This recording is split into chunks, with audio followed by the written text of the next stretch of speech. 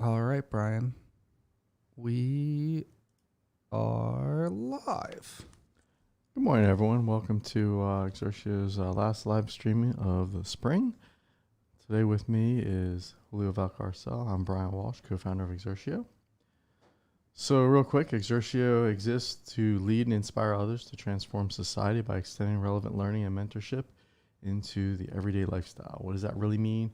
Well, our goal is to help you successfully enter the workforce and rise within the workforce, basically keeping up with technology, hopefully. So in addition to the work groups as we have today, we also have the Rising Professional Challenge Series and the Rising Leaders Challenge Series. Those are great knowledge resources that augment the working groups in addition to them, not alternatives. Don't get excited there. Also, in the chat this morning will be the link to the Google form for the attendance. That's so we know you're here bright and early, and so we can send you out the notes from today. Yes. So today we're going to go over a few different topics: career versus job, money versus wealth, and then we'll get into resume writing and technical interviews. All this is kind of lined up to give you thoughts as you successfully enter the workforce. So, all right. So, career versus job. That's kind of our first topic here. Let me see. Do we want to do... Whoops. My little mouse isn't working the way I wanted it to. Hold on. It's not working real good at all. All right. Sorry, guys. All right, we're going to start with money versus wealth. I'm looking at the order we've done this in. All right. So typically what we want to do is talk about kind of the terms that you think about when you hear money versus wealth. And so a lot of times when we talk about money, what people think of is physical cash, dollar bills, those green things. Maybe these days we'd have to use like Venmo or credit cards. Is that the, I don't know if people carry cash Apple as Pay, much. Yeah. Is it more like the tap versus handing cash? I know I sold something the other day and the person asked if I use Venmo. And then, so wealth, what we want you to kind of start thinking about is growth over the long run. And usually wealth is something that includes investments. And so the other thing we want to kind of get people thinking about is wealth is related to both happiness and knowledge. In other words, investing in yourself is the concepts that we're trying to get people to understand. And there's a big difference. We all want to become wealthy over time, right? But, it's interesting. I've met a lot of people that have a lot of cash, but they don't have a lot of wealth in terms of they aren't happy. They haven't grown their knowledge. They're not investing. So as you generally enter the workforce, we want you to think about these things, and we'll combine these with the job and career in a minute. The other thing about money is think of it as disposable. I like to have this joke. My wife makes me bring home receipts so she can track where I spend things. And what I find is cash, when you expose it to air, evaporates. Because whenever she gives me cash, I come home and she asks for a receipt, and I said, I don't have it. And then I just have to tell her it evaporated out of my pocket. I don't know where it went. It's harder to track. If anybody uses any of those apps on their phone to track their spending, Cash is never in those. Yeah, those are really neat. Well, you can, but it's just not easy to because you have to manually put it in, and everyone forgets. And it's same. They make some apps to track like your gas mileage and stuff like that too. And again, it works for about a week, and then you start forgetting to put it all in there, and then the mileage goes away. All right, so let's switch gears here. I want to talk about career versus job in a similar fashion. Okay, and the whole thing is to get you guys thinking through these things. So job versus career, right? So Leo, what are some terms you typically think about with a job? Satisfying some sort of need. I mean, making me money. Yep.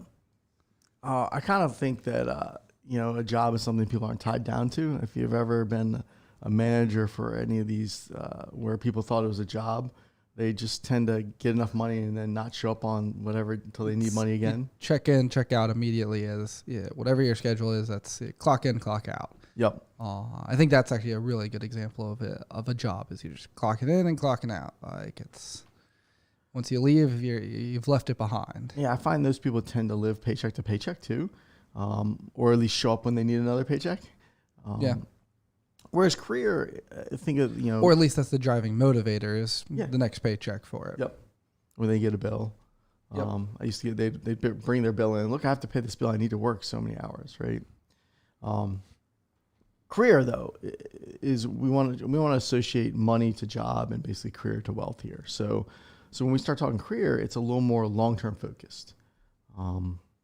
It's the answer of what you want to do when you grow up. That's the way personally I think about a career is what do I want to be when I grow up? Well, that's my career.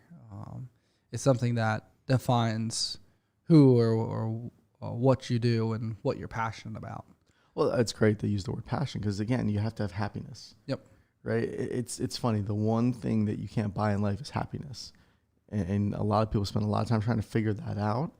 But along with that career comes knowledge, right? Integrity, happiness. You invest in yourself, you're going to get wealthy. Wealth comes with a career because hopefully what we want you guys to do is look at that investment, both in knowledge, time, look at the long run, build value over time. And I think there's even more subtle things. And it's been a little while since I've talked through this one, but the people that you do it with as well is another. I'll say you're investing into your peers around you as well. Our business partner made a good point in a call yesterday that you spend the vast majority of your time with the people you work with, probably far more than loved ones and others. So if you're excluding sleep from it, just because you're here in the workplace during the day. And so enjoying the people you do it with is also an investment there. Well, I think it's twofold, right? I always say, I love the people I work with, right? Mm-hmm. And so that's happiness for me. But the other thing you'll hear me talk about is kind of as you want to be successful and grow in your career, you need a team around you to help you, right? I've never done anything alone, in my career that's been successful over the long run without a good team around me. And so that's where, knock on the whole mentorship module is, call it out is, I'm a big believer in mentoring because you need that team around you to grow. And so you have to help build that team. And what you're going to find is that team will help build you. If you put the right people around you, all of you are going to build each other. And that's that investment. Again, you're investing in the long run because hopefully that team is with you in the long run. And so that's what we want people to start thinking is you start to look at entering the job market or rising within the job market. Think of it as more the career and think of, get away from money and job and move towards thinking wealth and career and what those are long-term investments. Well, and it's saying that not your balance sheet essentially for your career has far more line items on it. It's not just the dollars you bring home, but it's also the learning you get out of it, the people you work with, and the long-term potential of it. All are things that should be part of your decision-making process when going down the pathway of figuring out what your career is. And it should be strategic. Every move you want to understand, how is this playing into my long-term objectives? How am I furthering my investment, right? And so think about that as you make any sort of transition from both a company, a position, anything. How does that help gain and build upon my prior experience and build toward my future experience? So those are the things you want to start thinking about.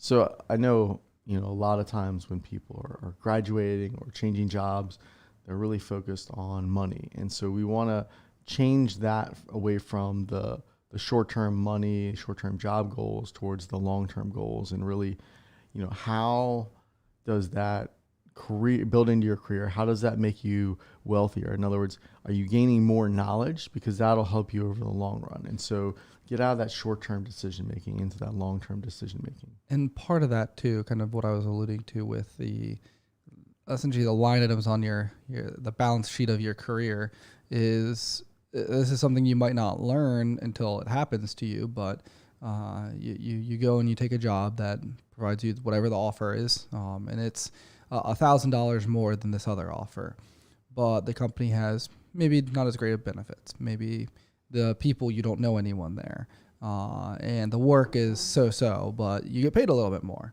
And then a year into it, you realize, wow, I really don't like this work. Wow, I don't really like the people I'm working with. And wow, these benefits, I really wanted all those things that this other company offered. And so all those are things that you want to take into account when going into a career. A job is something that, again, like we talked about, isn't going to be something that is forever, or at least mentally is not something that's forever. It's not your passion necessarily. And so you'll have to take a job that just pays you, and you'll have to go and deal with those sort of things. But when you start looking into your career, taking into account all of those things will really contribute to the bottom line of your overall happiness and enjoyment and passion towards what it is you're doing. You just hit on something that reminded me of something is, a lot of the biggest difference between a job and a career isn't where you work. It's how the individual approaches it with their mentality and their mind. Mm-hmm. And I'll give my McDonald's example, right? I should use Chick-fil-A, but think of fast food, right? Pick your favorite fast food restaurant, right? A lot of people say, well, if I go work at, I'm going to say McDonald's today or Chick-fil-A behind the counter, that's a job, right? Well, it is both a job and a career depending on how you approach it, right? If you approach it... Depends on what your passions are. Well, if you approach it as, hey, I need money today to pay my bills, that's a job. But if you approach it like, hey, I'm going to start working at Chick-fil-A or McDonald's, and you know what? In 5 years, I'm going to manage a store, and then in 10 years, I want to own a store, right? And so if you're working toward those goals and you approach it with that attitude, then that's suddenly a career because you're looking in the long term. Right. And some people may not want that. That's fine. I'll even make the subtle argument. Right. And I always want a lot of our college students to work in the restaurant industry, because I would argue that you could start your career as a waiter or waitress if you approached it knowing that, hey, I want to build my customer service skills that I'm going to apply as a future, engineer, scientist, doctor. But you'd be surprised that those simple skills in customer service translate to your career almost anywhere. And it's how you approach that. And I'll say it's applicable to anywhere, because those customer service skills, when you go and you work in the workforce, you're going to be working on a team. It doesn't matter the industry. You never work alone. Even if you're a business owner and you're the only owner and the only employee, you're still going to have to work with your customers. If you work in a gigantic company and you don't even talk to any of the customers, you still are going to have a team that you work with.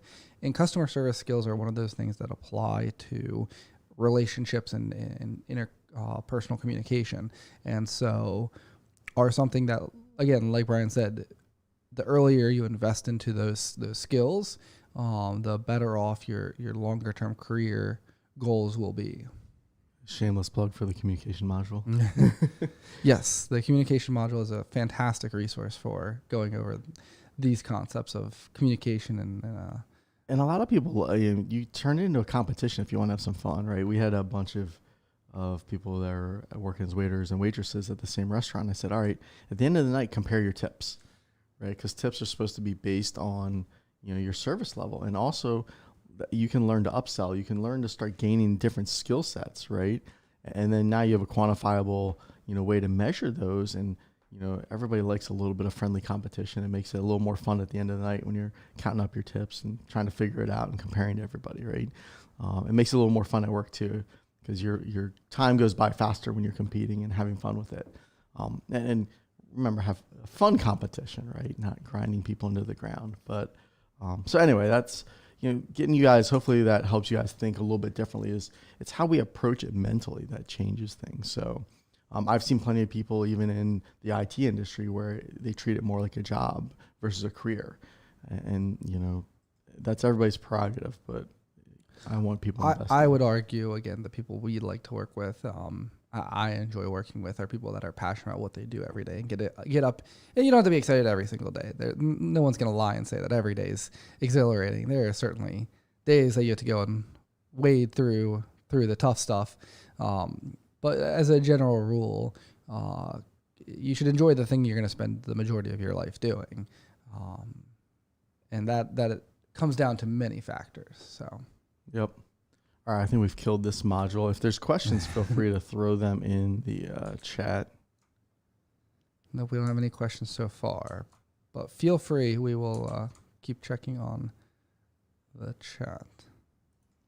All right, so the next topic we generally go over is resume writing. And I know it doesn't sound fun. I know nobody wants to write their resume. Nobody also wants to do technical interviews. But it's really important that we take the time to properly represent ourselves both on paper in the resume and then at the interview, right? We're not trying to oversell ourselves. I find people are in two camps. People either tend to completely undersell themselves or completely oversell themselves. Yep. Most people don't get that right balance of here's who I am, here's what I'm capable of. This is all near and dear to my heart, mainly because I posted a job on Friday, last Friday, not yesterday. And within the week, I've had over 100 people apply to it. And I've looked at literally 100 resumes in the last week, in addition to many more, but in the past. And people very much fall into one of those two camps. And it doesn't help them in either way. Yeah, I mean, yeah. So we'll talk about, I don't know if you've been reviewing a ton of resumes, like you said. So today might be near and dear to you. It's really neat. It's kind of switching. Julio's doing a lot of the resume reviews. Brian used to have the stack of resumes that he'd go through while he's driving, and the ones that he didn't want, they'd go back on the floor behind him. Yeah, the back of my car was full of resumes. Yep.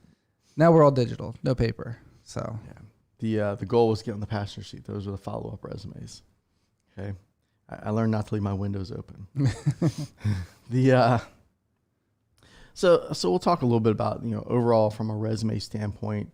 You want to have kind of a standard format, and I will say that most of the stuff we're talking about with the resumes today is going to be a little more geared towards kind of IT. It's a lot of your companies will look for these, but if you're a scientist or some other careers, they do have some different formats and requirements. So these are a little more IT focused. And so we'll kind of jump into this. We'll talk about format, objective, contents, file naming, references. Mm-hmm. So we'll talk about those things. It'll shock you. I could share my screen potentially. I haven't looked lately. It was on my other computer that I did that.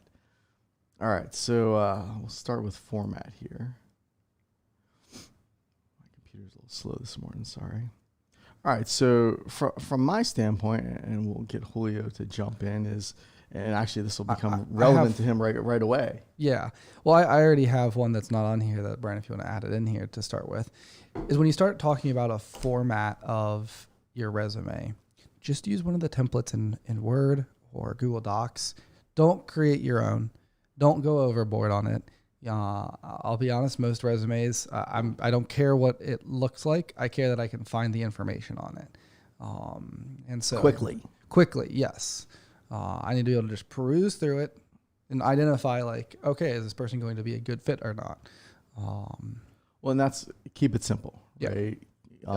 Use chronological format. The most recent stuff should be at the top, the least relevant or least recent stuff towards the bottom. Now, why is using a template or a standard format important too? Is I know we use an OCR tool, mm-hmm. And so when people apply online, their resume gets ingested into our OCR tool, and Julio sees the results of what the scan looks like, and so he doesn't even necessarily see the resume unless he clicks on download to see that. And so a lot of other companies are using these OCR tools. So if you have a fancy resume, and the only thing that it scans off of there is your name, and it doesn't fill in all the other fields into the tool. So it's going to look like, John Smith applied with no experience, no college, nothing. Yeah. Thankfully, these OCR tools, I'll say, I've seen some pretty poorly formatted resumes, and the tool does a fantastic job extracting the data. So they've gotten significantly better. And Brian, I don't know, I might be jumping ahead here, but this reminded me of something you talked about the tool that we use. One of the other things that we will want to discuss in here is about screener questions, and how big of an impact those play into your resume and applications to jobs. In that most of the time, I won't even, with tools like these where there are some sort of questions beforehand, I won't even look at the resume if the person hasn't answered all the screener questions that I put in. So that's He kind was of ranting about this earlier this week. Yes. Kind of a hint here. If you're applying to a job and they have some sort of questions for you to answer, do you have a bachelor's degree? Are you within this many miles? If there is a text field that's says, hey, do you have something? If one of them's, do you have experience with Linux? And then it says, describe your experience with Linux. Make sure, and you say yes to one, make sure you fill out the other, because those are things like that, small things like that, make a huge impact on when, like I said, going through a whole bunch of resumes. I'm not even going to look at the resumes. I'm just going to look at what the screener question said. And if you said yes, you didn't answer the question, I'm just going to reject the person because that's you said yes and you couldn't follow the instructions. So definitely using the screener questions is probably one of the best ways from a differentiator perspective. When there's so many people applying, and when you want your resume to stand out, is getting the person who's looking at it to look at that. I know our recruiters the same way. They'll go through the screener questions and say, oh, this person answered all of them, and said yes to all of them, or said no to all of them, whatever the questions are. And then we'll go look at their resume. So what I'll go look at and see, oh, look, here's the word Julio said to scan for in the answers. And what Julio's scanning for is, honestly, in the screener questions, what your goal is to get Julio excited, right? That's really what he's looking for. If you say, yes, I did Linux, I'm just picking on his example, right? And then describe your Linux experience, and there's nothing there, it doesn't get him excited. But if all of a sudden you describe how you bought a Raspberry Pi, you load Linux on it, and you're controlling doesn't matter some gizmo or doing anything something fun with it, right? He's going to be like, oh, that's awesome. Right. I'll say we're a little unique in that I think some organizations might not do that. They just have a recruiter that looks for the technology that they're hiring for. But you have something there. But you have something so that's like, hopefully somebody who's technical, or if you're going to a technical field, again, there's going to be a lot of bias here towards technical, because that's what I look at all day. Yeah, even if it's I threw 3 laptops through the window after trying to load Linux on them. Something, right? All right, so the other, as we get back to kind of formatting things, I kind of alluded to this, is you want to be chronological, but there is a decision-making process here, is put the most relevant information at the top. So as I'm scanning a resume, think of my ability to scan as a V, right? I'm going to scan the top the most, and then as you go down, I'm scanning faster and faster and looking less and less. So put the things you want me to read right at the top. And so where this is heading is the decision whether you put work experience or school up top. If you have 0 work experience, then you want to put education. If you have, a degree up top, and then maybe you want to put like something about a project you worked on relevant to, if you're applying for a software engineering job, pick one of your software classes and put a software project there. And with respect to that, with software classes or IT classes, I would make sure that the ones that you're putting at the top are ones that are electives, things you chose to do that align with whatever the job you're applying to.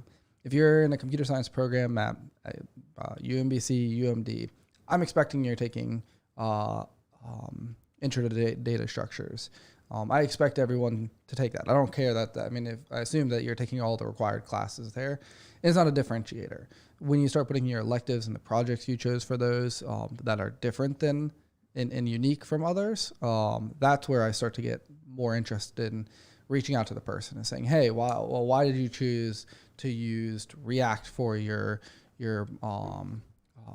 this project that you did with a class, and why did you do this thing? Because those things aren't typically required, and that's going to be a differentiator. Yeah, and simple things is make sure your contact information is at the top and it's accurate. I got a really awesome resume the other day, fabulous resume. Literally nowhere on the resume was their contact information. Not an email, not a phone number, not an address, nothing. Right? And I will tell you, if you put an address, no email, no phone number, I'm not going to write you a letter. I'm sorry. Yeah. Yeah, I mean, the little details matter sometimes. Like, wow, why am I not getting contacted, right? I bet you that poor soul never figures out that they didn't put their contact information on their resume. The other thing too is if you don't have to have a resume all the way filled. Like it doesn't have to be more than a page. I mean, the general rule that you always get told in college is don't go over a page for your resume. It's typically just because you don't have enough experience in. I mean, if you have internships, sure, absolutely put those. I'll be honest, I don't really care too much if somebody's worked at Staples before while they're going to school. I mean, it definitely shows that you're doing stuff, but it's not the decisioning, the factor that's going to change my mind from a high. If you write it up properly, you tie it into what Julio's looking for. You know, if you put a little, you know what, I was fixing Linux laptops at Staples. You might be able to sell them on it. Maybe it's all how you approach it. It is all about framing. So don't discount your experience, but also you don't have to put everything on there. Yeah, we don't need a novel either. I did get a 21-page resume. I will tell you, I printed page 1, looked at it, and threw it away. Yeah. Older experience as you start getting into your career too. The things that you did 10 years ago, if they're not super applicable to what you're doing now or the job you're applying to, just shrink down the amount of description that you have in there. You don't have to write about your lifeguarding job in college when you've already been a software developer for 5 years. Yeah, and a lot of that is people take their first resume, they go back to it, and then they just add. And you guys are gonna get all upset with me here. I'm gonna tell you something that makes sense, but you don't want to hear. You should really redo your resume for every job you apply to that you want to get. So if you have 2 or 3 jobs that are super important, you need to go look at the job ad. And you need to tailor your resume to that ad. You need to address the questions that they have in it and use the verbiage they have in it. Yeah, this is probably one of the more important things to do to really stand out with your resume. Again, I'll use since a lot of college students come through this. If you've taken 4 different elective classes and they had 4 different projects, one of them was a JavaScript web development class, the other was a database class, and you're applying to a job for a front-end web developer, well, there's clearly one project that you should really highlight and talk about and what you did on there on your resume, and one that you should ignore a little bit more. But if you're doing something like a full stack position where you're going to be doing some JavaScript and some database stuff, maybe putting both of them on and having your resume be a little bit larger is going to be better for you. And the same thing goes if you're applying to just a database job. And using the verbiage, like Brian said, never lie on your resume, never put anything that's factually incorrect, but that doesn't mean that you can't rephrase the way that you talk about things to be in line with the language that the company is using. Yeah, great example of that is if, let's say that they have Red Hat, as a requirement for Linux, you can say, hey, I'm using Fedora Linux. It's very similar to Red Hat, so that you're tying those terms together, because I'll be honest, the recruiter probably isn't technical, and they may see Fedora and they say, nope, no Red Hat experience. Yep. Right. Yep. And you're thrown out for that reason. And the other one is all the JavaScript frameworks, right? You could say, hey, I've used Backbone, which is very similar to Angular, so pick your favorite. You can tell Brian hasn't done JavaScript in a while. Well, they're also subtly different, but tie one of your experiences to the keywords that they're using and show how it's related. Don't claim to be using it. Claim, hey, I'm familiar with, JavaScript from this experience. It's very similar to Backbone. I could do it, So now you're tying those words together so that it'll get you to that next level of the interview. Yep. All right. So that's the format. So the next topic we want to talk about is the objective, right? So for people new to the workforce, the objective is very important, right? So make sure that the objective is clear, to the point, focused on what you want to do. A good example is if you are graduating college and you want to become a software engineer, right? Make sure that you're talking about that, because if you have no career experience that says you're a software engineer, and somebody gets a resume, they're going to say, oh, where could I put this person? Right. And so that allows us to choose, if somebody applies, which one of the, let's say we have 3 job openings, where we're going to apply them to first. Okay. Or it gets even more confusing if you have done some internships and, I'm going to make this up. Let's say you were a web developer for one internship and that's the title you have, but you want to be a software engineer. If I see, on your resume, web developer, no job description, I might put you in the web developer bucket because that's what you were doing before. And you tend to see a lot of organizations do that. So the objective can allow you to give more information to somebody to give them context. Yep. Definitely putting this on here too is important and this ties also into just the general things that you put on your resume and why rewriting it for each job you apply to is important, because you might not know what you want to do and you just say, hey, I just want to get a job and I'm going to apply to a web developer, a full stack developer, a database developer. I'm going to apply to a system admin and I want to do all these things. I'm not really sure exactly again, you don't know what you want to do when you grow up yet. You're trying to figure out what all exists out there and what you can do. And so articulating what it is that you want to, what your objective is for that specific job. And also the other thing that we didn't mention is sometimes I'll see, especially on technical resumes, is just a list of technologies that you've worked with, every possible technology that you've ever touched. And that's fine. That's always good to go and say, put down the things that you're comfortable with. But if you're applying to a job that's a React web developer position and you just say React, but nowhere in your experience does it say React, or your objective doesn't say, I want to be a React developer, it's hard to tie those things and say, well, why should I talk to this person versus someone who showed me that they did a React project on the side? It's easy to go and just say, yeah, I watched a YouTube video about React and put that in your list of technologies. It's not wrong, but it's not lying, but it's just not representing where you're at, where your skills are at, or at least what your intent is. You have to stay at a Holiday Inn if you're going to do that. Well, why? Isn't that the one, I stayed at a Holiday Inn, I can do anything now or something? I don't remember the commercial. I don't know, Brian. I'm a lot younger than you, and I don't watch a lot of commercials anymore. So the other thing the objective will do too is, say you want to switch roles. A lot of times, that's huge for 5 years in their career want to become a tech lead, right? So if you have software engineer, and you're looking for a technical leadership role, put that in your objective, because they're going to see software engineer for the last 5 jobs and they're going to say, oh, he's a software engineer. And so the objective can help when you're trying to do something different. It's you've done UI UX development. You've been a UI designer and you do a lot of Photoshop and Figma or Adobe, and then you decide, hey, and you've done a little bit of HTML, CSS, and then you want to be a web developer, or you want to be a backend developer. Putting your objective in there and saying, hey, my background is this, but I want to do these things, and here's some of the stuff that I've done to work towards that. Otherwise, when I'm looking at a resume, or anyone's looking at it, they'll be like, oh, well, they applied for our full stack, but they say web developer and UI developer or UI UX.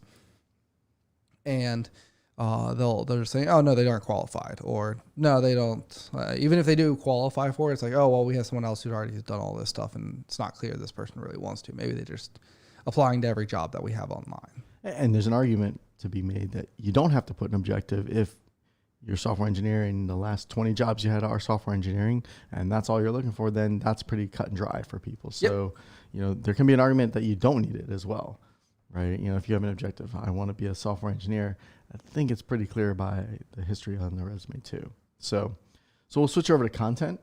What's in the resume? Julio's already been jumping ahead a few times here. It's all right. It's all near and dear to me right now. Yeah, he's living it right now.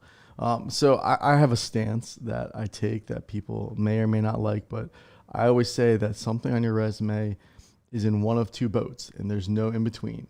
It's either helping you or it's hurting you, and you have to decide which one that is. And some people don't believe that. The problem is it's all about who's looking at your resume. So you have to remember to ask yourself, is it helping you? If it's not, then remove it.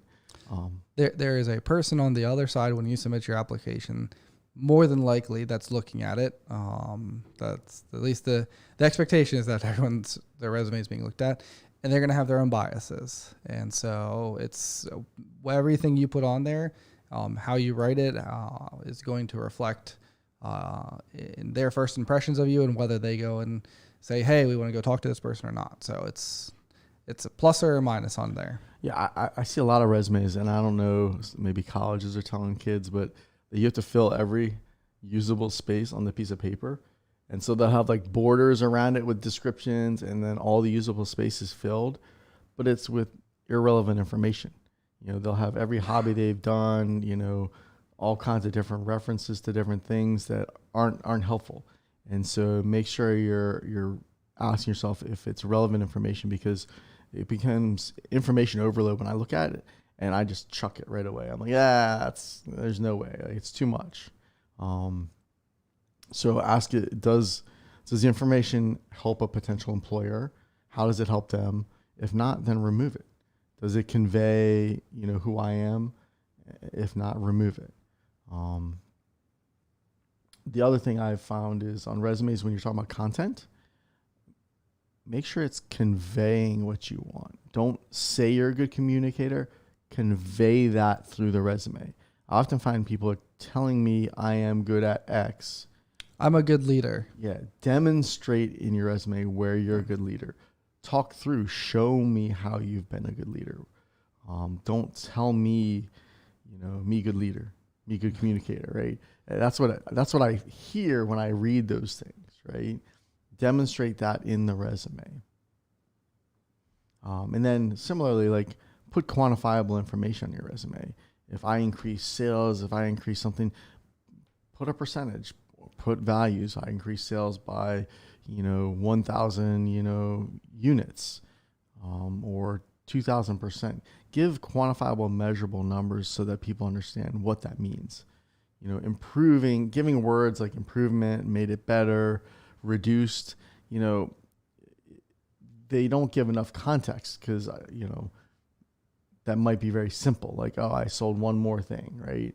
Versus selling 1 million. So give quantifiable things so people understand.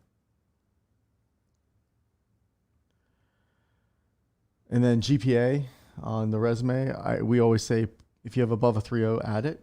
If you don't add it. Or if you have an in major above 3.0, use the in major. And this is also something that's going to be company specific, whether they care about it or not.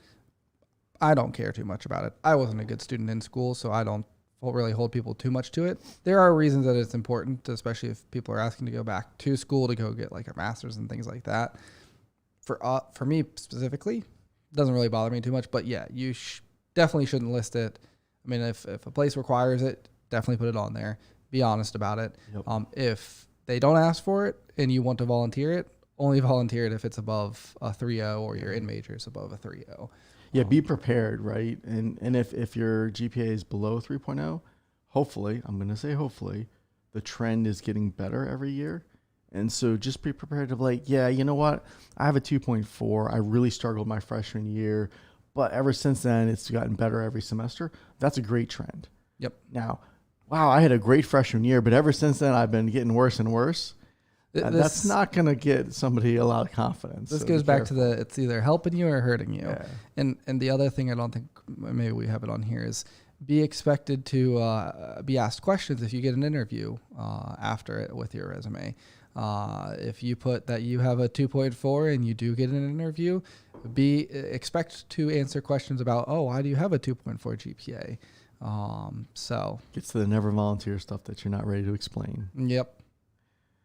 So Julio alluded at this one before is your job descriptions, right? Those are probably the most important thing, and that's where you should spend all of your time. Okay. And why is it important for a technical job? Make sure that you're describing what you did with the technologies you used, all of them, right? Don't just say I'm going to pick your favorite language. Java's the popular one now. Talk about configuration management, talk about unit testing, talk about all the things that you did, talk about the tools that you did, talk about the process if you used Agile, right? Talk about those things, right? Don't just list job and then skills, right? I want to know how you applied those skills. And I'll be honest with you, and different people care about different things. Recruiters love the skills section because they just go check off all the skills that you have, right? Yep. I hate the skills section because I want to look at where did you apply those skills, how much time in industry have you had on those skills. And so that's where I'm looking at your career blocks, and I'm trying to see, they worked here for X number of years. They did these skills there. All right, so they have roughly this much time on target of that skill. right? It wasn't a 5-minute YouTube video where they watched it, Yeah. right? And for students, I think this is more important here too, is your projects, any clubs that you belong to where you've used these, hackathons, talk about what it is you did with it. When you're applying, coming out of college, and getting your first job in IT, I don't expect you to have a whole bunch of experience at all. You might have an internship or two where you did a few things. Useful projects. Projects. Write them up. The things that I care about, and I think once you put it in front of someone who's technical, is the things that you've chosen to do. Again, going back to the classes you chose to take, the projects you chose to use these technologies on, and being able to explain why you did it, what made you passionate about doing it.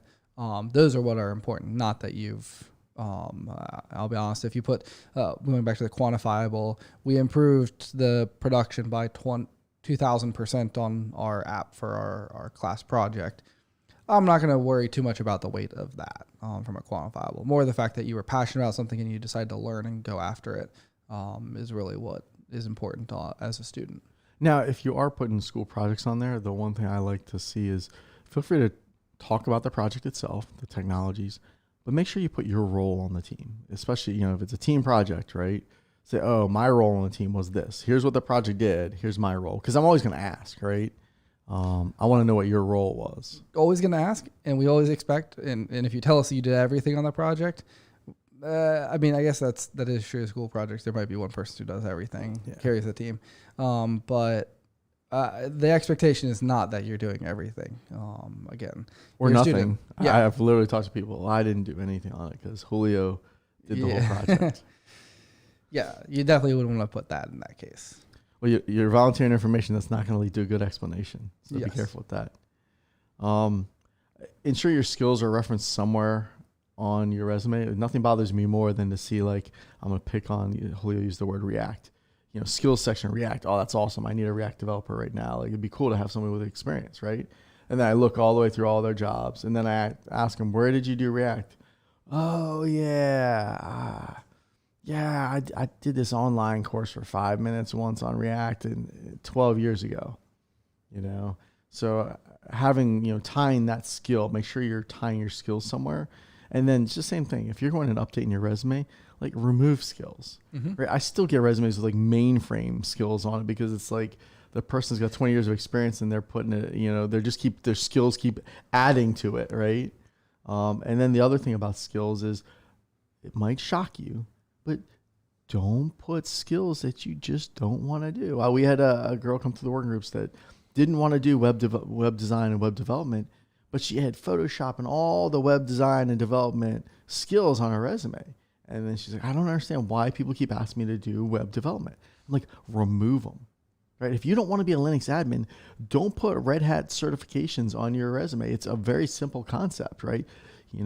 People are going to see those things and be like, oh, wow, we need someone to do Red Hat. So if you don't want to do it, don't put it on your resume. Hint, hint. Yep. Sounds really obvious when we say it, right? But you'd be surprised the number of people that do that. Well, it's easy to fall in the trap that you have to have a whole bunch of stuff on your resume. It's not about quantity, it's about quality. Yep.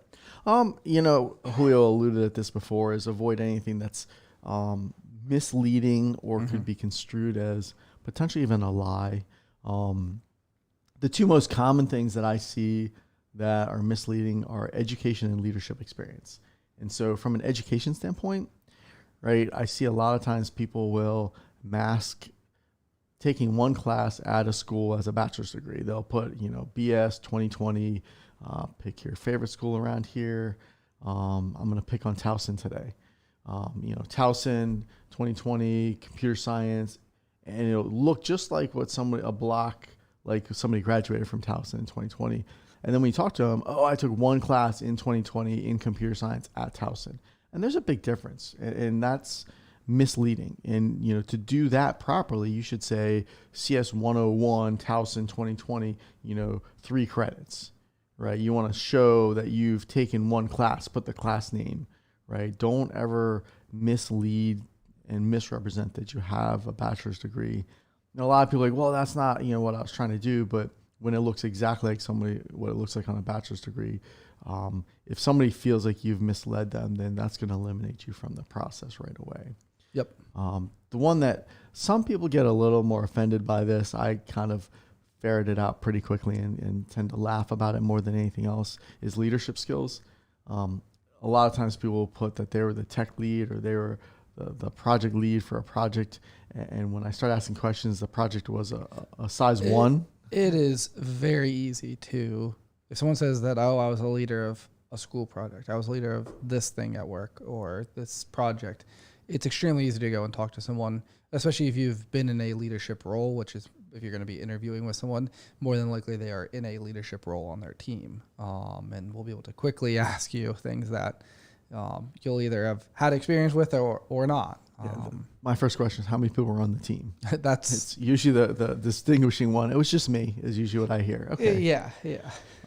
That's always the best. Yeah. So be careful, advertising that as leadership skills. I know the schools are always pushing people to add leadership skills. I would accept the Rising Leadership Challenge series as leadership skills, though.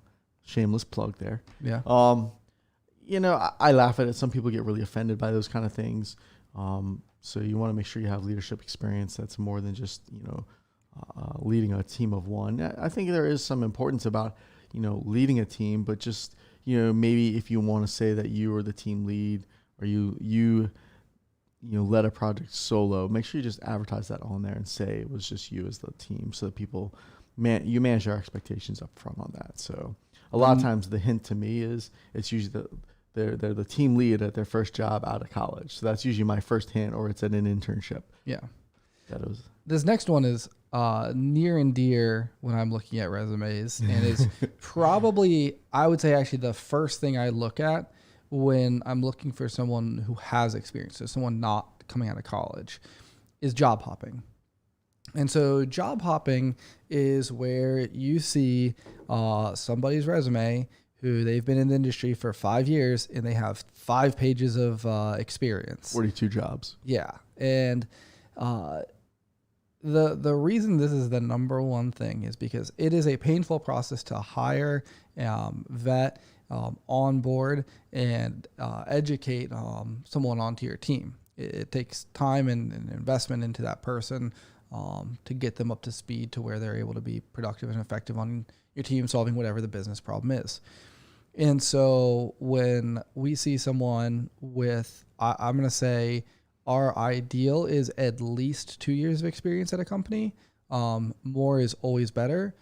And just because somebody has less than 2 years, it's all about the pattern.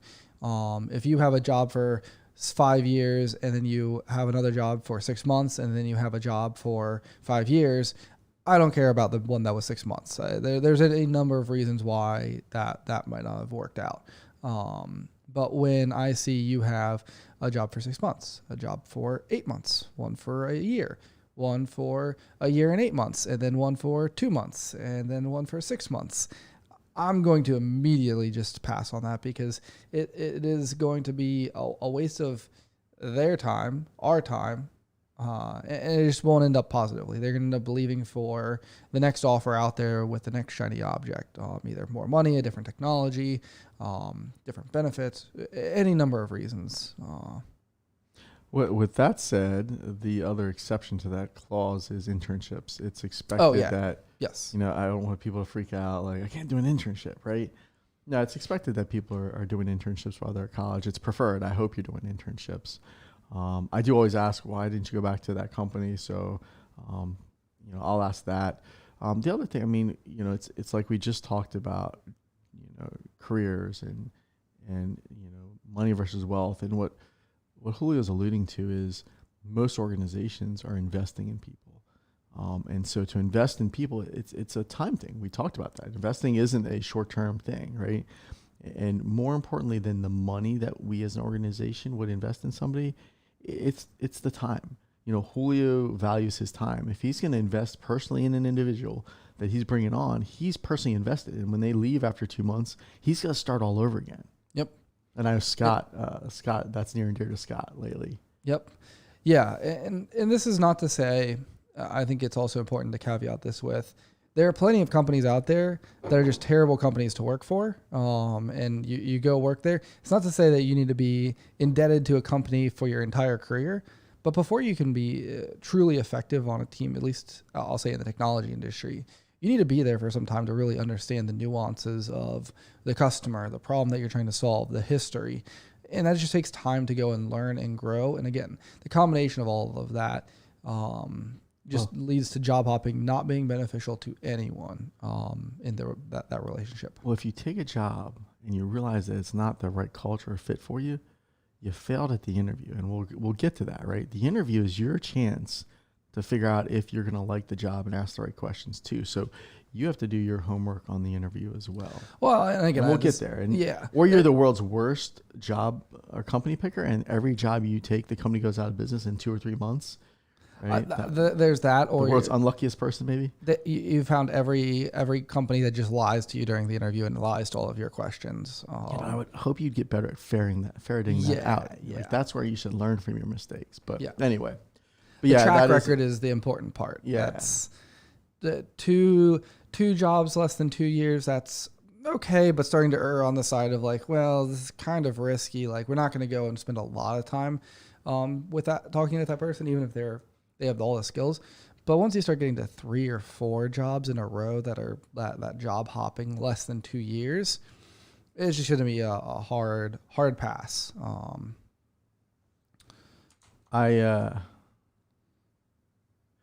There's a few questions coming. Oh yeah, sorry, we were. Yeah, I just switched over.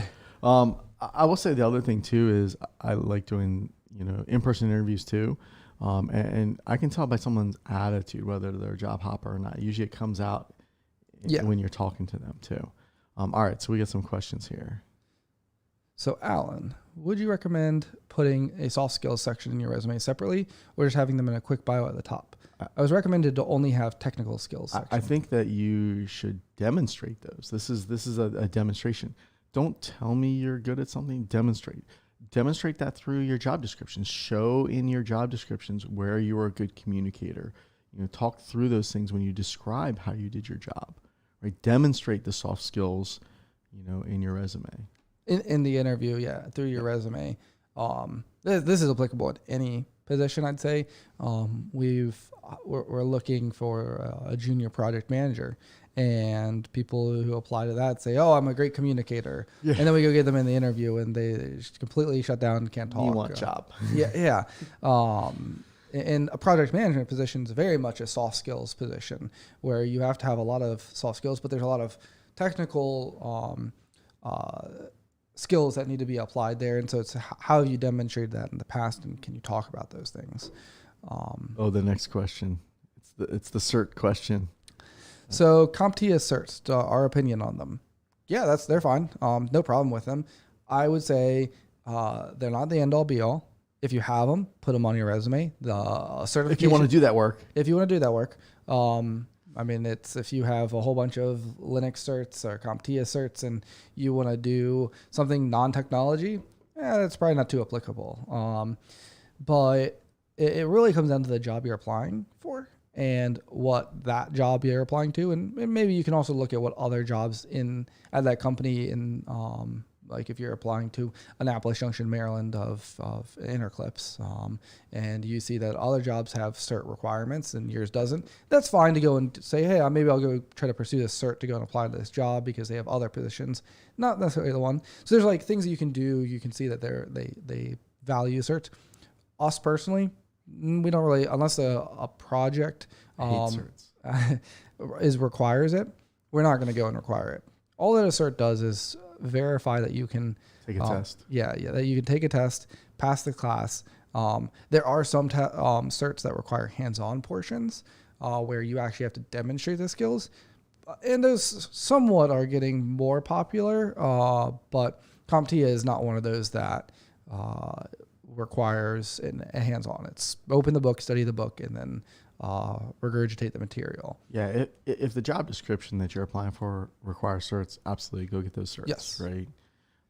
If you find a cert that you think you're like, man, I really just want to learn this, and I do really well learning from a book, and that's how I educate myself, absolutely go for it. you might not want to pay for, unless you're applying to a job that needs a cert. You don't necessarily need to apply or pay for the exam and actually get the cert, but you could use that material to learn and grow. If that's your way of learning and growing. It's not mine. I don't do it. But I wouldn't not recommend it, but I wouldn't recommend it as the first thing to go and do. Yeah, I mean, my big cert example is swimming, right? I love, if we took a big class of people that never swam before, right? We brought them into our conference room and we talked about swimming. We all did arm over arm in the conference room. We showed them diagrams of swimming. Yep. We had the book about swimming. Yep. And then we give them a swimming certificate that says you can go swim in any pool now, right? How many of them are going to go drown? A lot of them. And that's what I equate a lot of the certificates we give people is we're giving them enough knowledge to be dangerous. But, the hands-on experience is ultimately what you need to be successful at most things in life. And that's why we talk about the incubator process. That's why we try to push that. And swimming is a great example. Riding a bike's the same thing, right? It looks really easy when you see it. And the first time you try it, it's really hard. And then once you get it, it works. And so certs are a lot like that. And so I have seen over and over again people with certs fail in industry because they lack the experience. So I'm a big advocate of getting hands-on experience. Certs aren't bad. It's just that a lot of companies overly depend on them to demonstrate people's ability to solve problems, and they're a little bit misleading. So, and that's not what a certification is designed for. It's not that you can solve the problem; it's that you understand the material. Yep. So, I'm not against them. I worry about what they say. So, we talked about job hopping. Yep. So, humanize your resume, right? And this gets a little bit to the soft skills, right? Try to make yourself feel not like a robot, but like a human. Make sure it just comes across on the resume. Give it, kind of your touches and make it seem more human. Leave a little bit of questions on the resume. Make it so that Julio wants to bring you in and ask about these things, right? Be honest about your skills. We've talked a little bit about honesty. It's a small world. You'll be surprised sometimes. I've seen some resumes come across my desk that were people that worked for me previously. And I knew what they did, and I read what they wrote, and it was the wrong tech stack, right? That in my mind's a lie. Review your resume for grammatical errors, right? I'm not big on that because I'm not a great grammatical person, but neither am I. But if you have a recruiter looking at it and they have a background in writing, they will pick it apart. Yeah. I've literally okay, so there shouldn't be any red lines under it if I open it up in Word. That's people will send me a Word resume and it's highlighting misspelled words in Word. I'm like, that's the bar. Especially when it's words that are not like a name of a company or your name or things like that. That Word doesn't necessarily know, but the whole thing should not be read. I did have fun. Somebody, it was clear that they probably had the file open when they went to save it. They had their name highlighted, and it messed up their name. So they submitted their resume with the name on the top was all messed up. And so we had some fun with that. But I like to have fun with people on that kind of stuff. But my old business partner wouldn't interview somebody if they didn't have a comma in the right place. I was like, really? Are we hiring English majors or are we hiring techies? Because, maybe a semicolon in the right place, but a comma, no way. Yeah.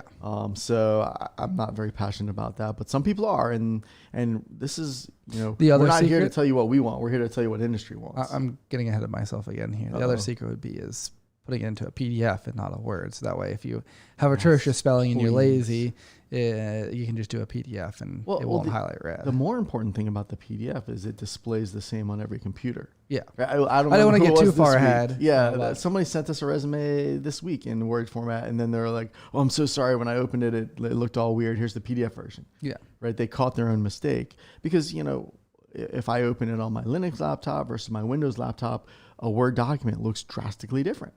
Right? If it opens in OpenOffice versus True Word or different versions of Word, I've seen, Word on Teams opens it differently, whereas PDF looks the same all the time. It gives you control over that. The other thing that I like about PDF is I personally, if I'm going to look through still a ton of resumes, I'll highlight them all and I'll print them and I'll look at them when I'm driving. And again, a PDF prints the same all the time. Word doesn't. Sometimes it'll be like 2 pages all funky. And if it's all funky, it gets pitched. I don't look at it. Now, the good news is Julio's looking at more and more of the resumes, and I'm doing less and less of that. So that's the one way to do it. Is you get Get someone else to look at the resumes. Yes. So do we have any more questions? I'm gonna sneak. No. Okay, you're watching. Yep. I don't have that tab on my little laptop screen here. So this next one is, I'll say, used to be, and still is actually pretty important to us, is your file naming conventions. You can share my screen if you want. I have. Let me. I did like an LS recently. I captured the screenshot. So it's not as bad as it used to be. So if you name your resume is probably the only one you have on your computer. Yep. So naming it resume probably is fine, and you can Makes find sense it on to you. Makes sense to you. A hiring manager or a recruiter, you are not the only resume they are looking at. So this is Brian's computer here not too long ago. He went and just did a list of all the things that were called resume.pdf or resume. With a capital R too. That's just capital R. Just capital R. And so now if we were to go try to open up again on Linux here or in Windows, go and look at those and say, oh, where's John Smith's resume? And they had named it just resume.pdf. It's going to be next to impossible to find. It happened to me 6 months ago. I saw a resume. Mm-hmm. I saw a skill. I'm like, oh, that's odd. We don't use that. And like a week later, somebody asked me, do you have somebody with that unique skill? I was like, oh, let me go find it.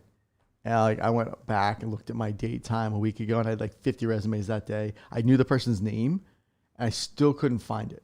Right? I searched the name on my computer. It didn't come up, and I wasn't going to look through 50 different resumes to find it. So I told him I couldn't find it. So from a naming perspective, Brian, if you could scroll down a little bit, what we would suggest is doing some combination of your first, last name, the date, and the word resume in the file name. It can be really any order. It doesn't really matter. As long as it's something that you can see in a list of 1,000 other resumes. If I'm trying to find Brian Walsh, I can go and find his, and then I can find the most recent one, especially if if you've given me multiple copies, as you've updated your resume. And this is also beneficial when talking about submitting multiple resumes to a job. When you're redoing them, you can go and say, even on yourself, you can say, Brian Walsh, 2020-0601, resume dash interclips dash this other one, this other one, where you may have reworded and reordered some of your experience to go be more applicable to the job you're applying to. And then we already talked about PDFs. Well, like on your own computer, right? Hopefully you don't have just one resume, right? We talked about this. Hopefully you might have, John Smith, 2021, now, 0508, resume dash Java dash C#, dash, JavaScript, whatever, or you might have dash, pick your favorite company, Interclips, right? Where you've tailored it towards a certain job description.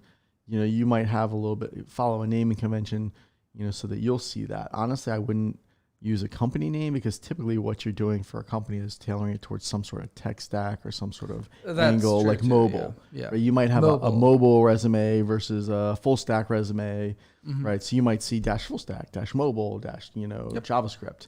And so, having those flavors and being able to quickly find them on your own computer is probably important to you, unless you don't value time. So that would help you in keeping those. And the date matters. Like, I know, I'm constantly having to submit resumes for different things that we're doing. And so I have to pull up people's resumes. So I go into their HR folder and I see like 40 resumes in there. And so I need to know which one's the most recent. And oddly enough, our current tool doesn't sort them by date. And the dates aren't even accurate in there because they've migrated from one tool to another. So they all show the same date. So it's really frustrating when you have like a ton of different resumes. And so that's where the date and the file name can be helpful too. And I like that date format because if you do a sort, it picks up that date format and sorts it for you automatically. But that's just me. All right, you can go ahead and move to the next thing. All right, I didn't share your screen. Ooh, references. All right, this is always a fun discussion, right? It should be simple, right? Everybody's like, oh, that's simple, right? Honestly, before you use a reference, talk to them.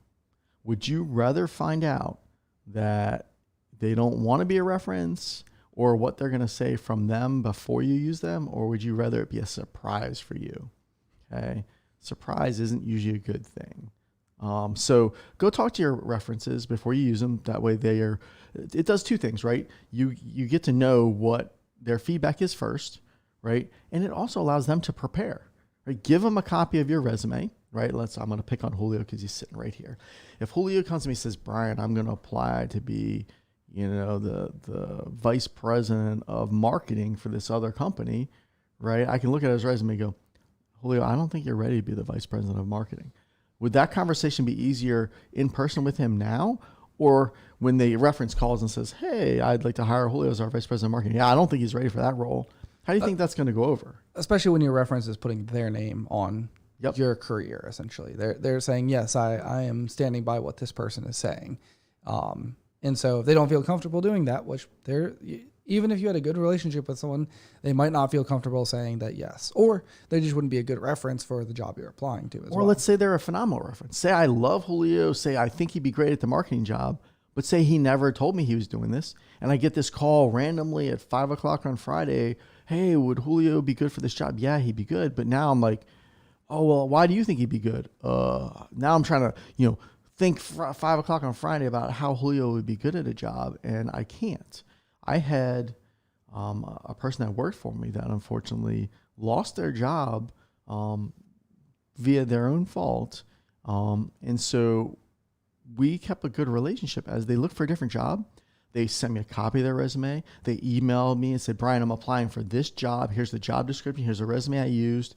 And because they were applying for different types of roles. They were applying for configuration management here, system engineering here, other things. And so they sent me all this information so that when the person contacted me, they'd say, hey, Brian, I want to talk to you about, John Smith tomorrow at 3 o'clock. We're hiring him as this role. I could look at the job description. I could look at their resume, and I could jot down some notes before the call so that when I took the call, I was prepared to talk about that person, give examples about how they did good things related to that position. And it worked out really well because I was able to prepare to help them. Okay. And so having that conversation allows that person not to be surprised, even if they are supporting you. Right. And so that allowed me to better help that person. And they ultimately got a really good job. And so there's no surprises there. It's managing expectations. So do not put references on a resume until asked. Like, a lot of people just put references out there. We could talk about PII, but it's more important that you want to know that somebody's contacting your references before. And here's a good example, right? References available upon request is common, right? Let's say you applied for Julio's system administration job that he put up there, okay? Well, now let's say in 3 years, Julio goes back and he sees your resume. He's like, oh, man, I really want to call John Smith, right? Oh, look, he's got references. Well, 3 years later, those might not be the same references you want to use, right? And they might not even know who you are 3 years later. So references available upon request is a good way to, oh, hey, you know what? It's been 3 years. Are you still interested? Yeah. Do you have some references? Now you can refresh your references with new references. Or even if it's Julio's current job and you're applying to it and he says, hey, I'd like to call your references. Now you can have context and you can choose the references. You can say, hey, somebody's going to call you from this job. They want the references so you don't have a bunch of random things. I know I try to help people. I forward resumes out. So now what happens if your references get a call for a job you didn't even apply to, right? So I wouldn't put them on there until somebody asks. Sorry, I got excited and ranted. All right, any questions on that stuff? Let me switch my little tab here. All right, I think we've covered resumes. Yeah, I don't think there's anything else that I can think of that we haven't already discussed. It's near and dear to you right now. It is. All right, so the whole goal of doing a resume, right, is to get a job. Well, the next step in the job process is often going to be a technical interview, or hopefully is a technical interview. That's right? What you're shooting for. I would actually be worried if somebody wanted to hire you without some sort of interview, right? Usually we call those scams. I don't know about you, but I would be really, really worried that it was a scam. Now, I'm gonna lead with a new concept for you, and we alluded at this earlier. The interview is both the company and the organizations you're looking at ability to see who you are, but it's also your ability to see who they are. It's a two-way street. Yes. So make sure you go in, right? We talked about job hopping, right? If you're the world's most unlucky person, make sure you go into it seeking to make sure that's a fit for you too. Because you can say no just as well as they can say no. Sorry, I cut you off, Julio. Oh, no, you're fine. So excited.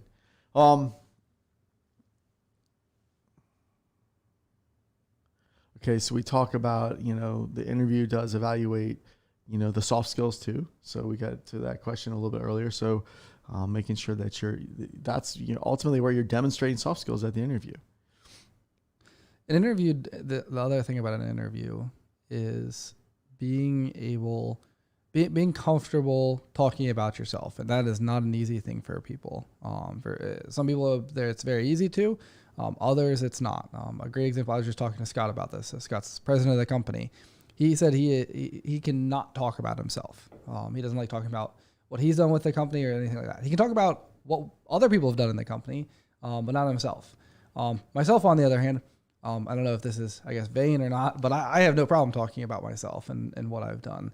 And so for some people, it's something that you'll want to practice beforehand. That's going to be one of the things that over all of this here that we're going to talk through is setting up some sort of pre-interview. Ideally, if you know someone who's been a hiring manager or done interviews, just so you get to talk about yourself and get used to answering those sort of questions. This is something we do with all of our engineers before we go, and we have them working on a contract where they have to go talk with a prime contractor or with a customer.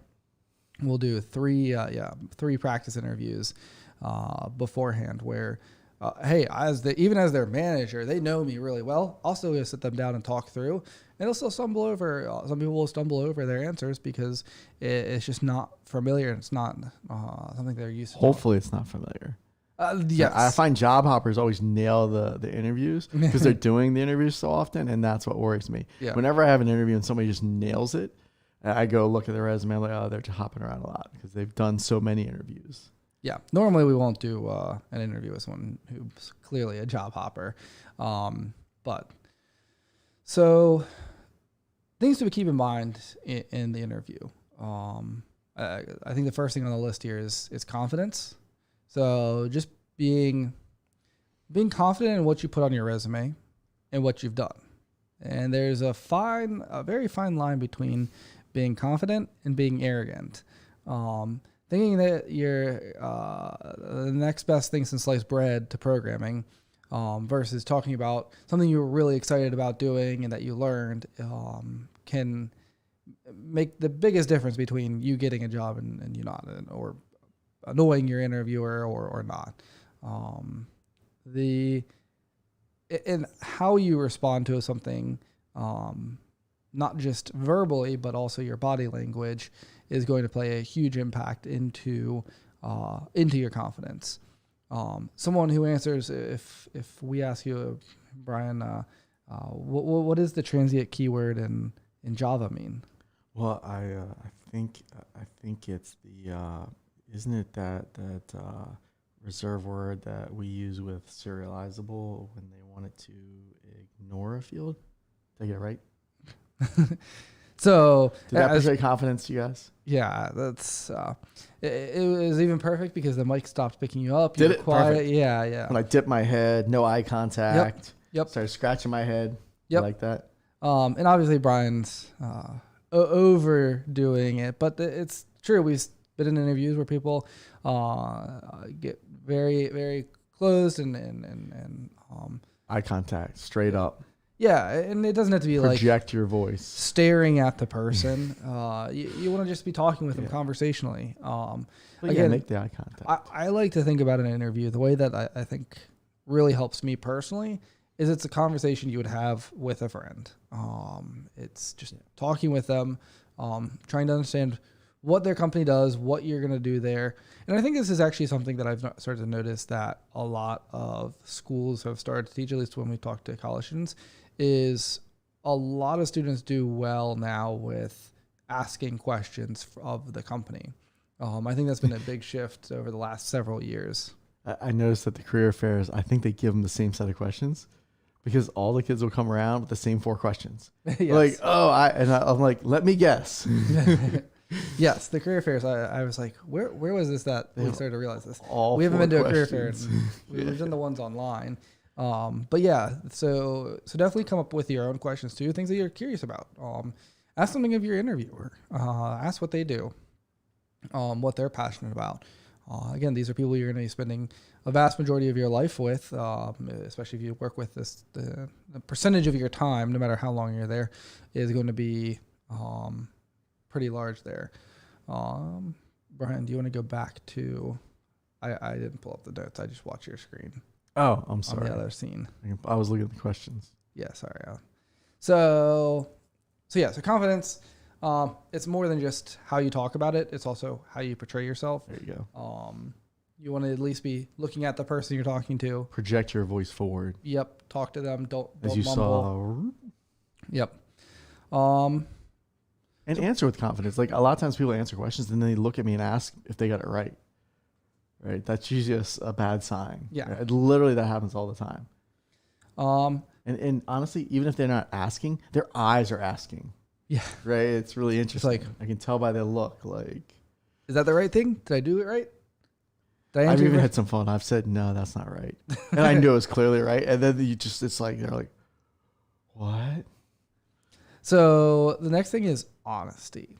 This is the number one thing. I can get over the confidence. Someone who I can teach confidence. Yes. And it's something that people just are going to struggle with. And I get that. Honesty is one that I really make no concessions with. If you're not honest with me in an interview, or you try to be disingenuous, that's a surefire way not to move forward with an interview. I find most people aren't dishonest with me, right? Mm-hmm. You see my head swelling yet, right? Okay. I laugh and joke about that, but in all reality, in the workplace, in the personal professional environment, most people are not being honest with themselves first. Now, that does project usually in my direction. And usually when I have a lot of hard conversations in my life, and that's how you build relationships. And I'm honest with you. I looked at somebody the other day and I said, I'm going to accept that you're really lying to yourself, not me right now.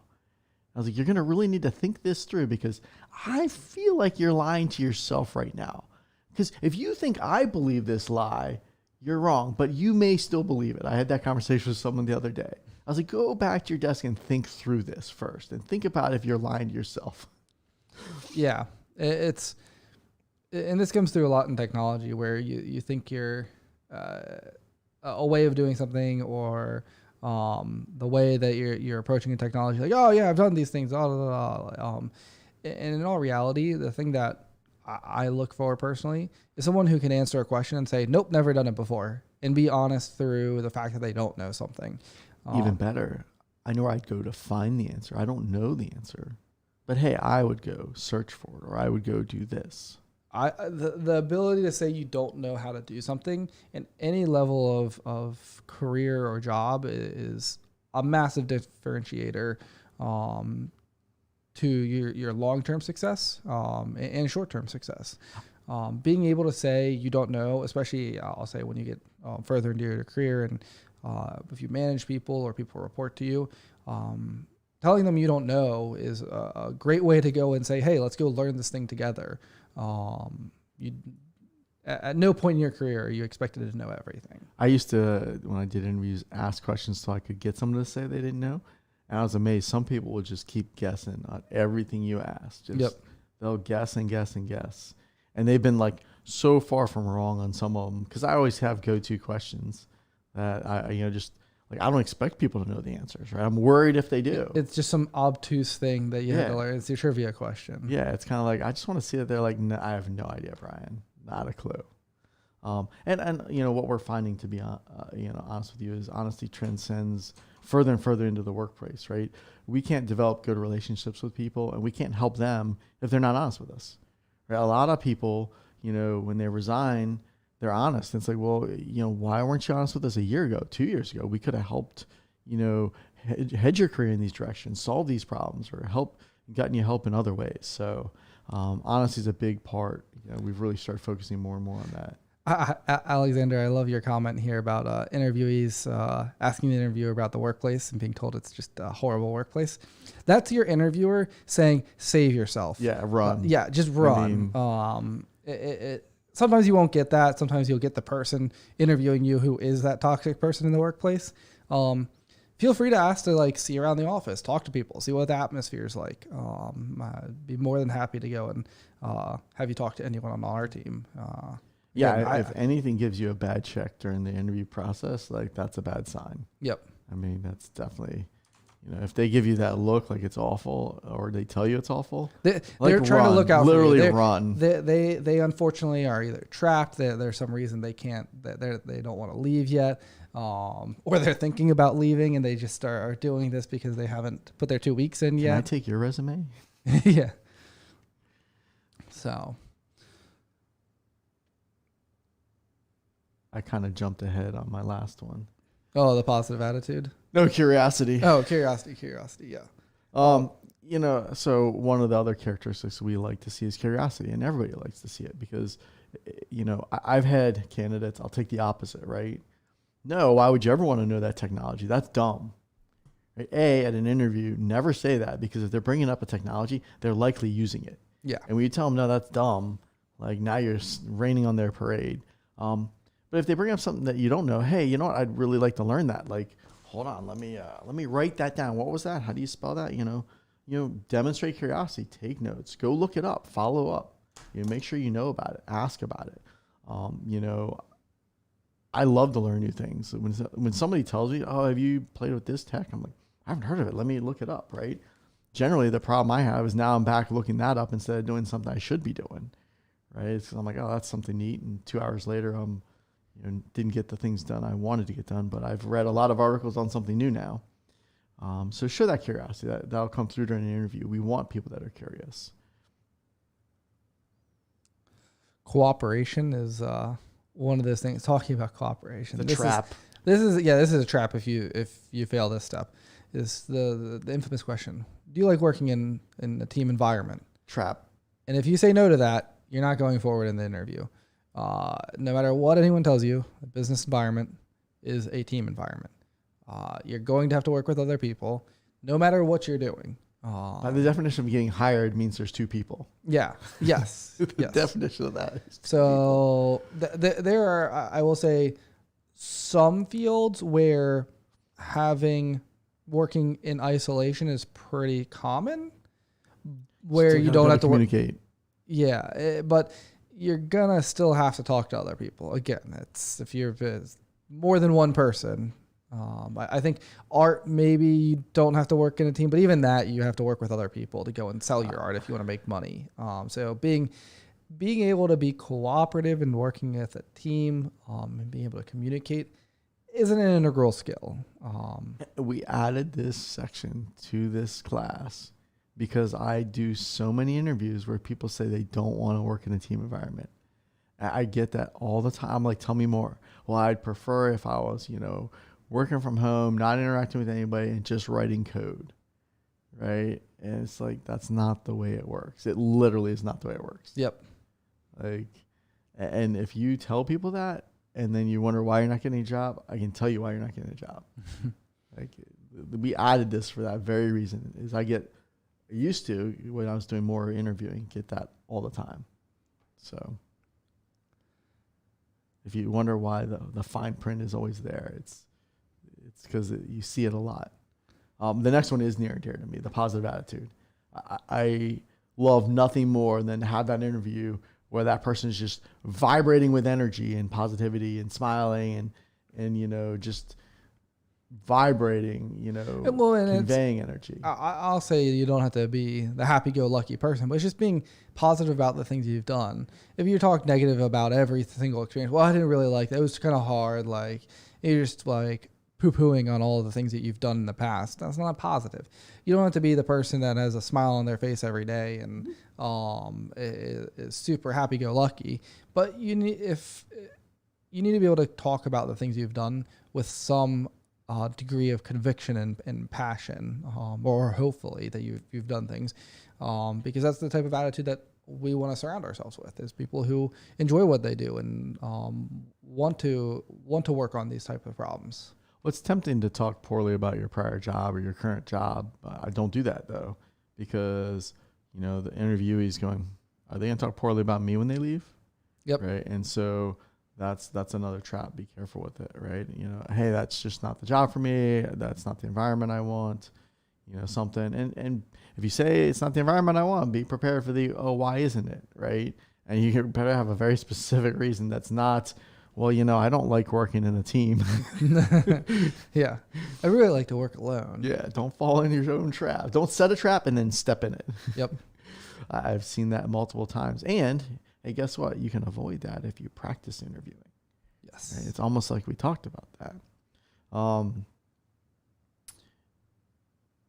They're going to ask, a lot of times they're going to ask, the famous question that I hated was, name, one or two negative characteristics about yourself. There's a lot of those HR questions at interviews.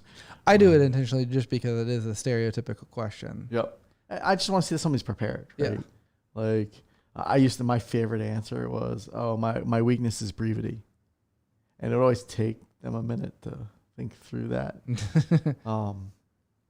Which my weakness really isn't brevity. Not at all. Brian knows me.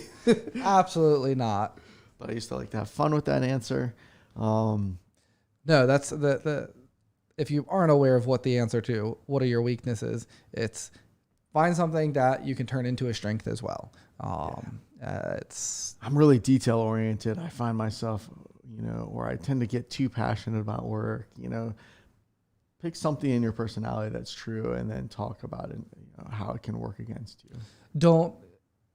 I would say don't actually give them a true, like if you like, oh man, I really my 11 arrests for marijuana, yeah. And I just prior again, murder, helping or hurting you.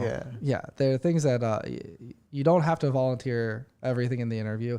If there's something that you're working on to grow personally, professionally, that is a weakness. Really trying to stop yelling at people in the workplace or cutting people off. Yeah.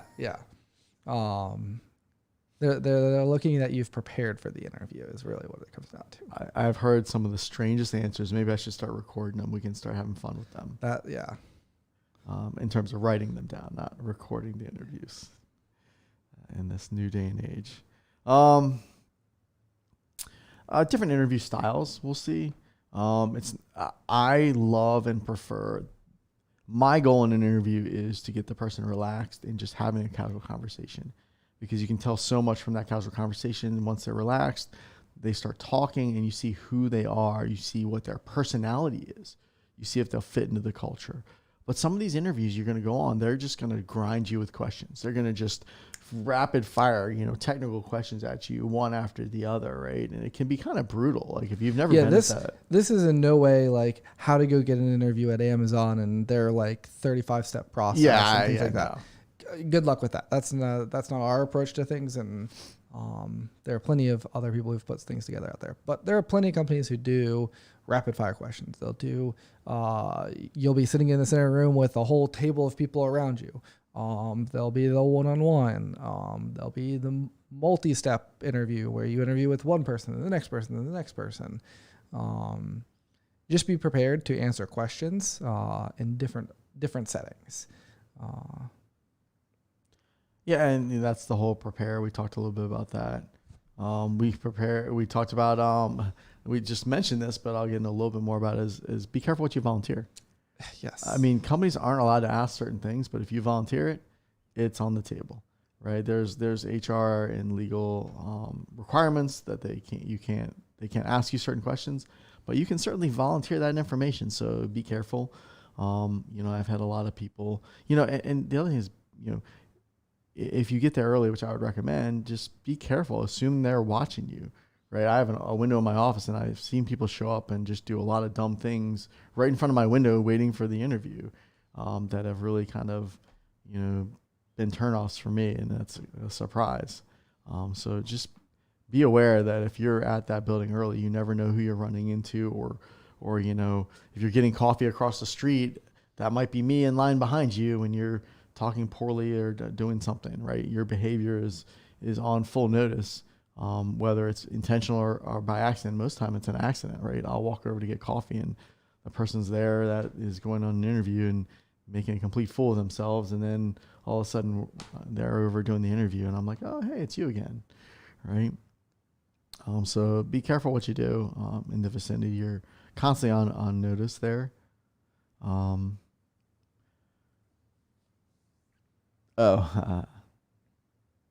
So I have the fantasy football reference.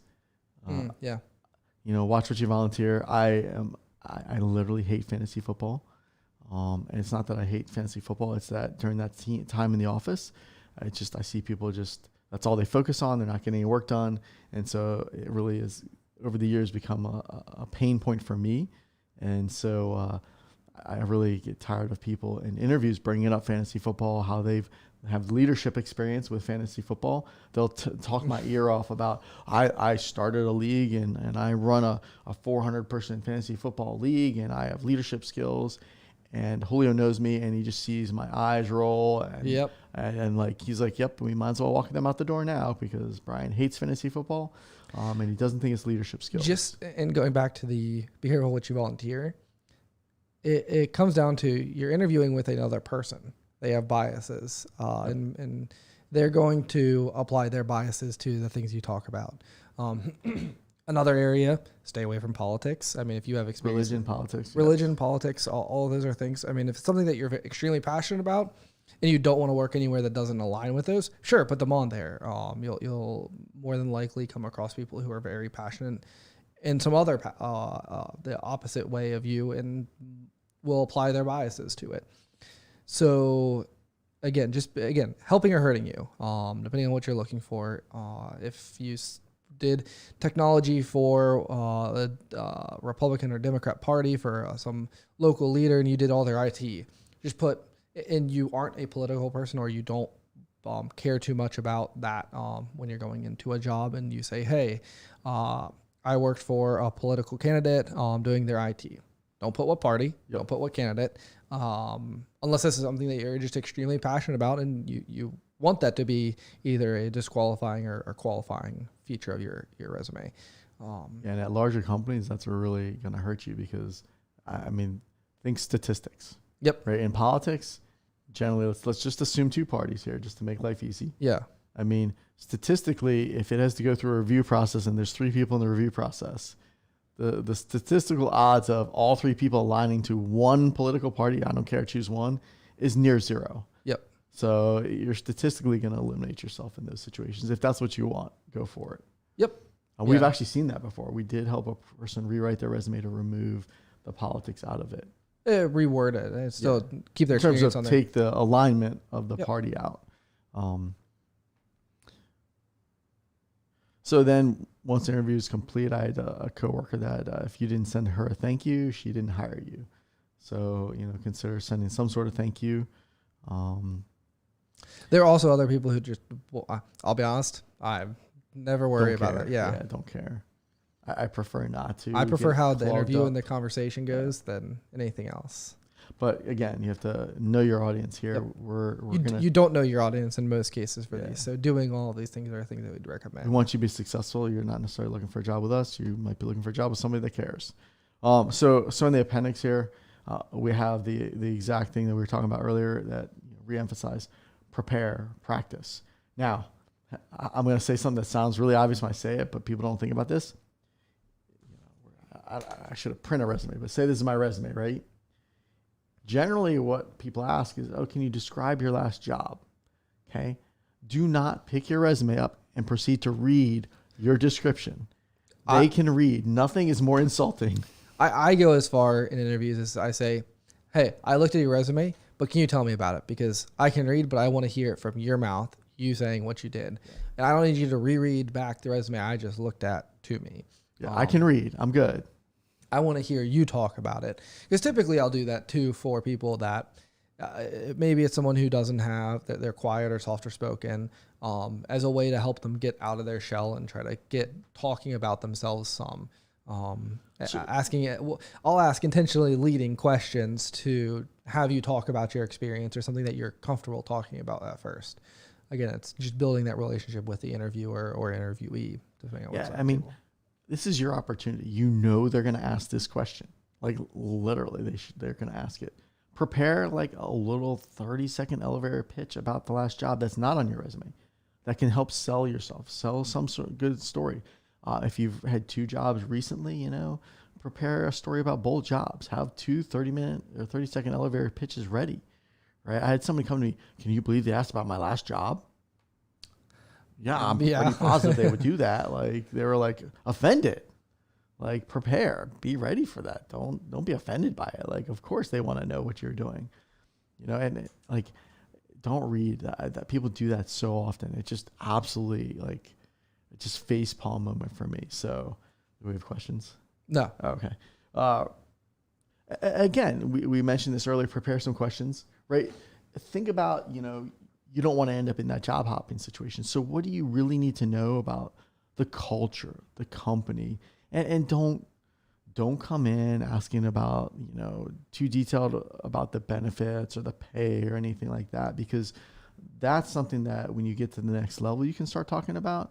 You know, go in and try to figure out, like, is it a culture fit? Is it a career fit? What's my career path, right? You know, ask the questions that you need to determine if this is a good place to invest your time in, right? You know, I always find people that come in are asking all about the little detailed benefits or about the compensation. I honestly eliminate them because I don't feel like they're a fit in our culture because they don't understand that we're investing. And so, or that we're just very cognizant about people that we want to work with us because we enjoy them as people.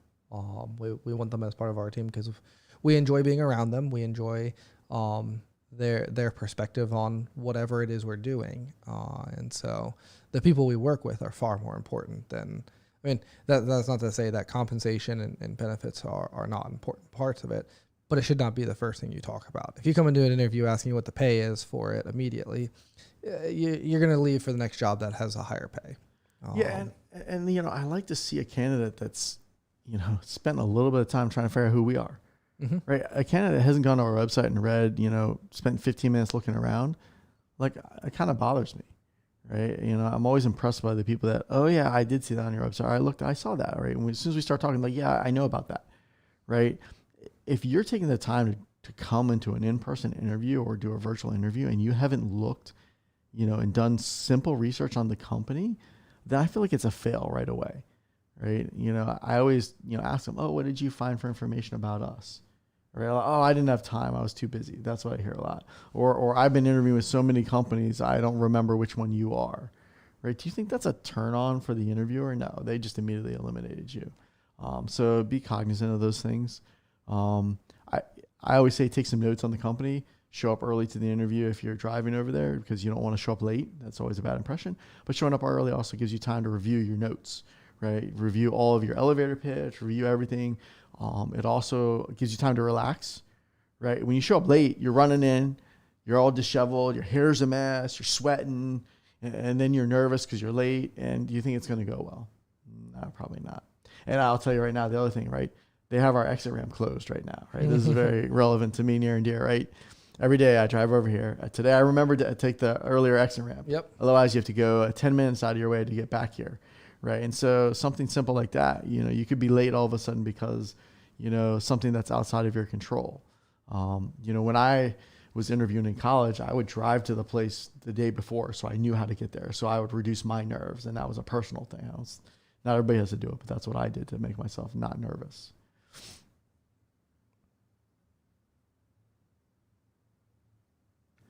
At the end, we emphasize practice again. And when I say practice, right, this is, you know, get somebody else to work with you, to interview you 3 times. What we find is the first one should be generally a disaster. Yeah. Right. Here's how it usually plays out.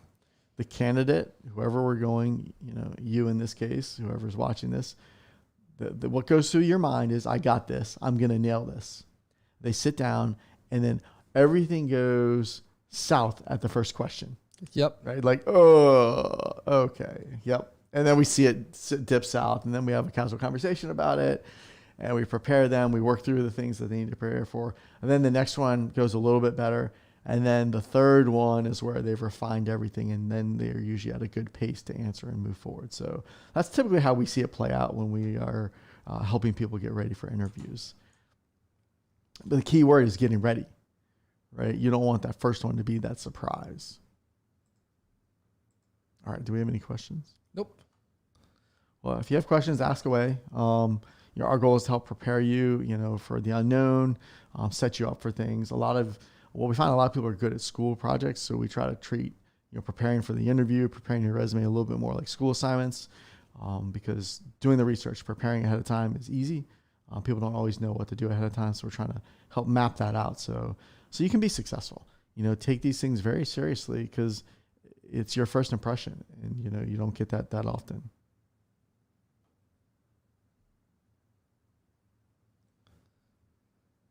And if you have any questions that we didn't answer today, or if you're watching this after it's not live, feel free to reach out to us at info@exerceo.org. You can leave a comment below. Check us out on our other social media. Our big one's LinkedIn, but we're on all the other social platforms. And yeah. Yeah, thanks for attending the working groups. Check out the Rising Professional Challenge Series, Yep. The Rising Leaders Challenge Series. And continue to watch. I think most everything's posted on YouTube. For the other videos, feel free to go back and watch them. Right? If you're going to do an interview, feel free to go back and reference this video again in the future.